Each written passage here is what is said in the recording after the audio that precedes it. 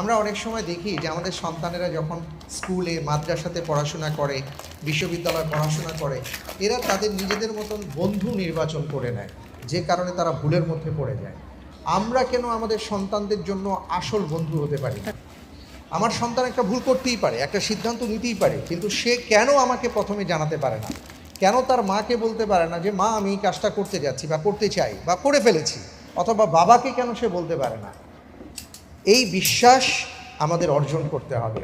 অনেক সময় সন্তান মনে করে যে ভয়ের ব্যাপারগুলো মা বাবাকে বলা যাবে না, কোনো অপরাধ করে ফেলেছি এটা মা বাবাকে বলা যাবে না, কোনো সিদ্ধান্ত নিতে যাচ্ছে এটা মা বাবাকে বলা যাবে না, এটা বন্ধুদেরকে বলবে। তো স্বাভাবিকভাবেই সে তার বন্ধু, তার যে বয়স সেই বয়সের বন্ধুকে যখন সে জানায়, ওই বন্ধু তাকে কোনো না কোনো সমাধান দেয়। আর আমরা যদি আমাদের সন্তানদের আসল বন্ধু হতে পারি তাহলে এই ভুলগুলো হবে না।